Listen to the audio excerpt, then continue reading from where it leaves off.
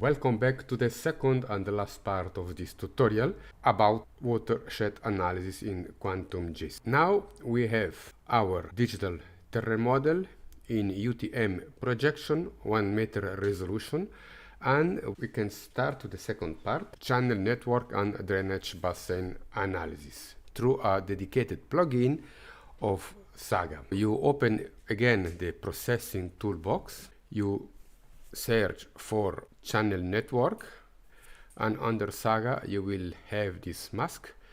Under the elevation you insert the field theme that we have developed previously, and at this point you have to insert the threshold. What is the threshold? Imagine that you are outside after a rainy day. You notice small streams of water running across the ground.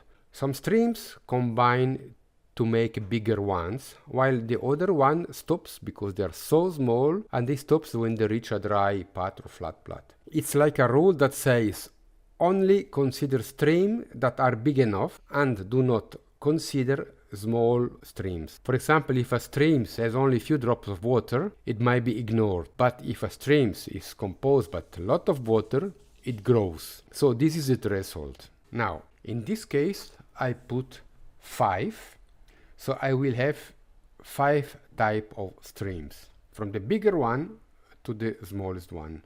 And then I don't need the stroller, I don't need the connectivity, and I click run. This process might take time depending on the size of your area, resolution, and capacity of your PC. Okay, I have it. I close. Here I have the drainage basin and I have the channels.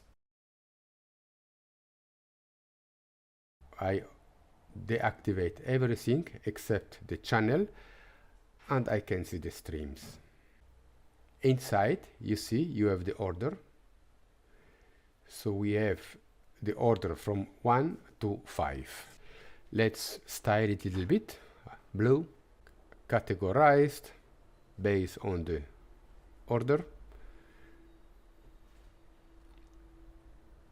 so that I can identify bigger streams compared to smaller stream. And if I deselect the order 1 and 2, I leave only with the bigger stream. That's a simple way to display the streams. Stream doesn't look very natural, therefore let's smooth them a little bit. With the processing tool, just type smooth, and I smooth it. So it doesn't change really a lot. You can see here. I remove the old one and I make this smoothed shapefile permanent. I call them natural stream and I click OK.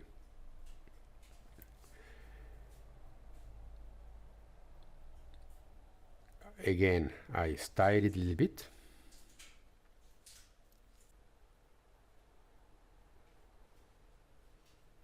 So you can see that the streams from the side are going direction river.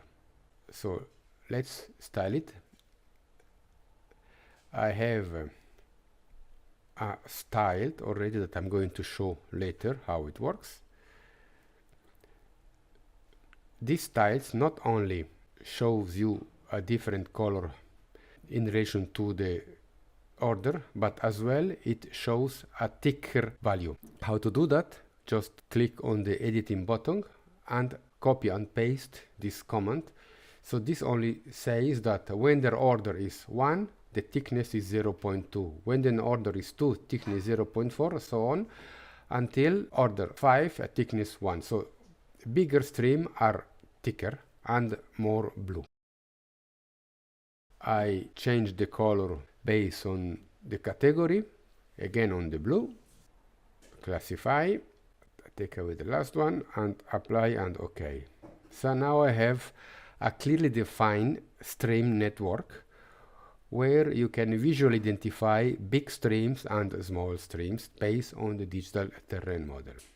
Here we see the stream that stops there because we cut probably the digital terrain model too early. In this case, you should consider a bigger area when you crop your digital terrain model.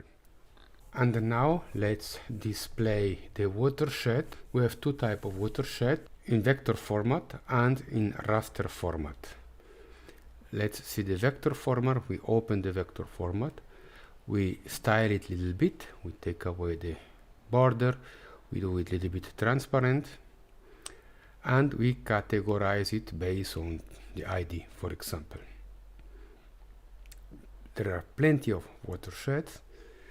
You can see now each small watershed is clearly visible. And now it's up to you to develop a nice looking map, including streams of different categories and watersheds.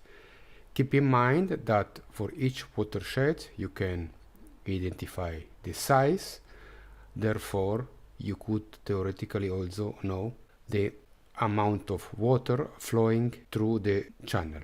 Thank you very much for following this tutorial to the end, and see you next time.